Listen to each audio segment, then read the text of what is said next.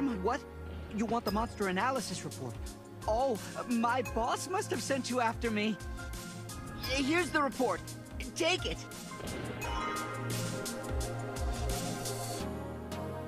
So there we go, we've acquired the monster analysis report. As you can see, that fragment was very easy. I believe it's going to afford us 1,000 Christogen points, which is a fair amount at this point in our development. It's just about 2 orbs worth of levels for us at this point. As I was going to say, well, you know what, let's attack these guys because it would be kind of interesting to fight them. These guys are green bombs, so, this guy's name is the Tempest.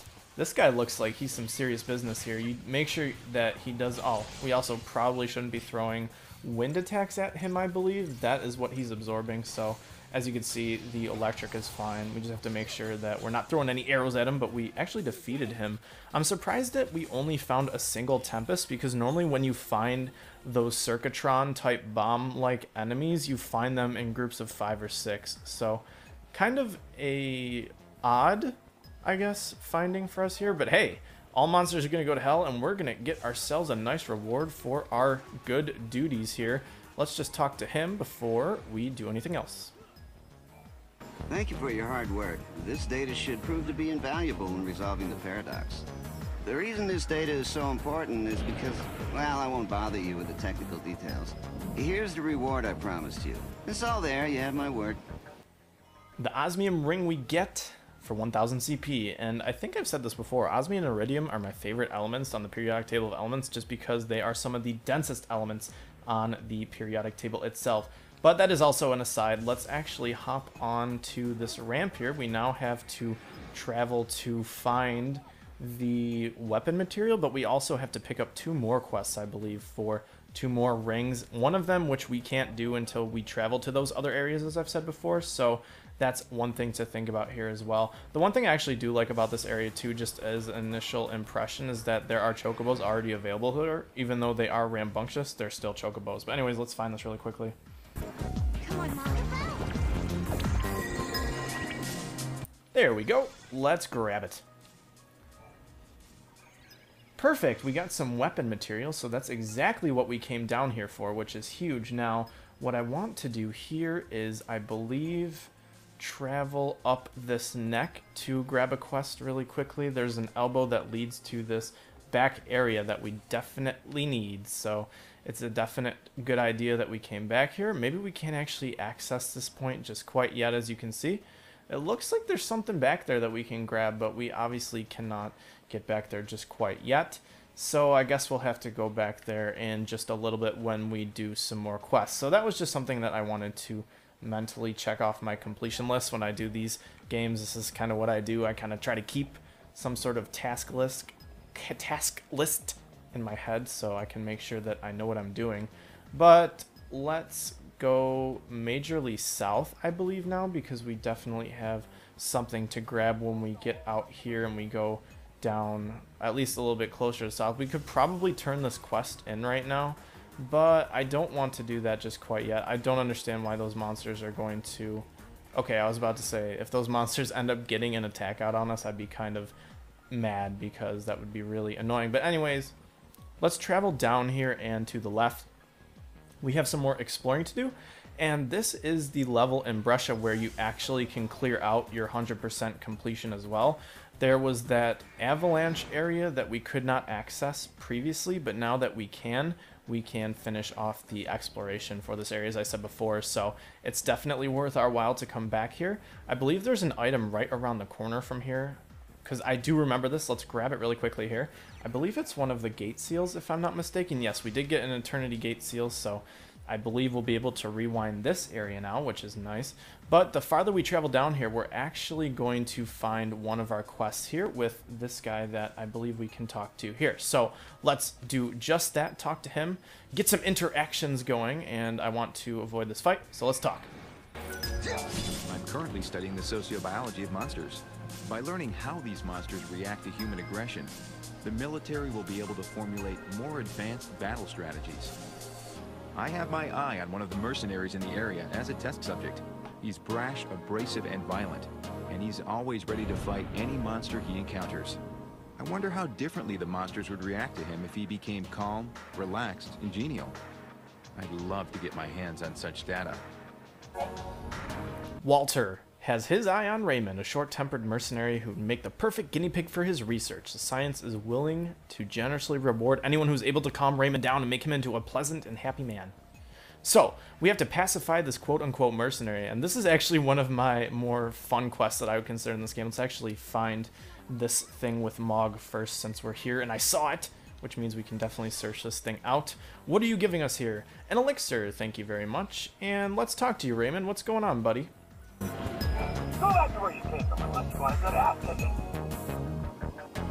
How should I greet Raymond to brighten his mood and get him to cooperate in Walter's study? Are you the famous Raymond?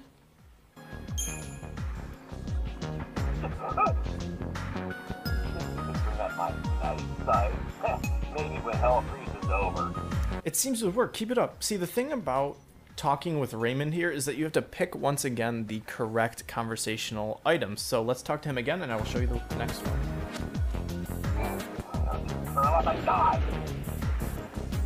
He needs a little more flattering. It seems he has quite a weapon on him. Wow, that's an extraordinary weapon. As you can see, it gives you some sort of conversational cues to use as well, so that's pretty nice. There's a bunch of monsters in the area, so be careful. Not like it matters to me if you die. It seems to have worked. Keep it up. Sounds good to me. Let's talk to him a third time, and this should be the final time. Oh, you love right here for a picnic in this freaking hellhole. He seems to be in a better mood. He just needs one last push. I'd love for you to teach me how to fight. That sounds pretty cool. We just need to keep flattering him. It's a great idea. Let's do it. I like you. What did you say your name was? It seems like a great day to get some work done. And there we go. We got ourselves the Ruthenium ring for 1,000 Christian points. And we also, I believe, get a weapon out of this chest. So thank you for the Chrysalis Arc. Let's actually check on that and see how it compares to Sarah's weapons. Let's try that right now. We got to go to our equipment, see what Sarah has for us here.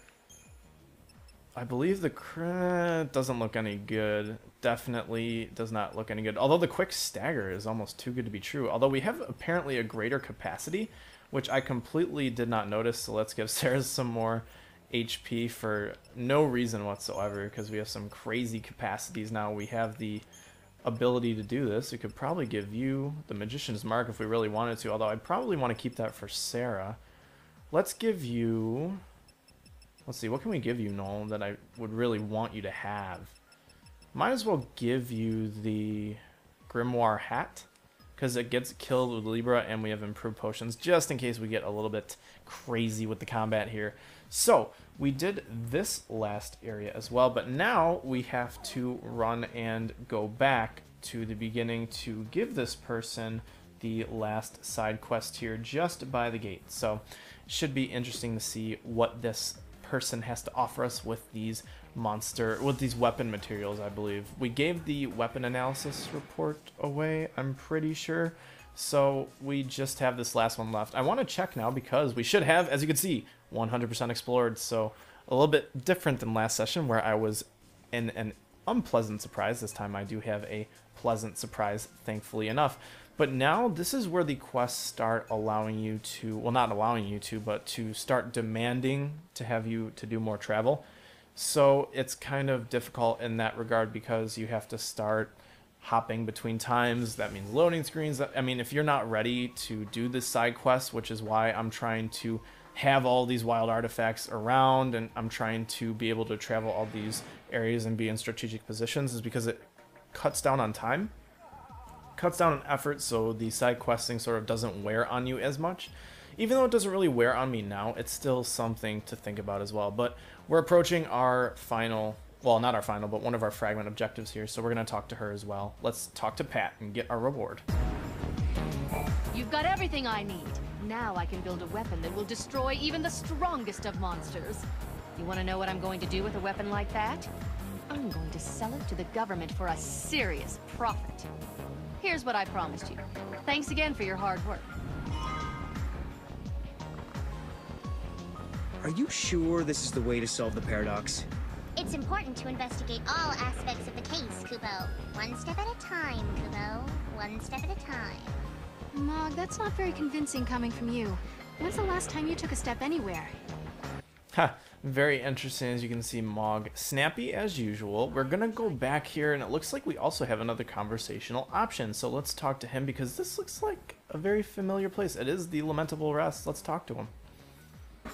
It is vital to retrieve months, if not years worth of data in order to completely resolve the paradox. We can't waste our time on the phenomena occurring right in front of us. That's why I've placed a monitoring device on the epitaph. At a glance, it merely looks like an offering or gift of some sort. However, it can measure even the slightest effect the paradox has on an object. Centuries from now, someone will be able to access the data in this device and figure out a way to resolve the paradox. I wish I could be there to witness this event, but unfortunately I'll be long gone. Very interesting. In order to gather long-term data regarding the paradox, Ronan has placed a monitoring device in the area, something very familiar that we've seen and examined before. However, he needs century worth of information for the data to be the least bit useful. Centuries are hundreds of years, if you forgot. But we need to help him retrieve this object, so... Are you saying you're going to travel to the future to bring me back the data I need? I won't hold my breath. We're going to travel forward in time and examine this little doll here in order to get exactly what we want, the fragment and the continuation of these side quests. So very, very interesting as well. Now we have to go back and see if we can speed all the way over to... Oh, we got a time reversal in Serendipity, which is very nice.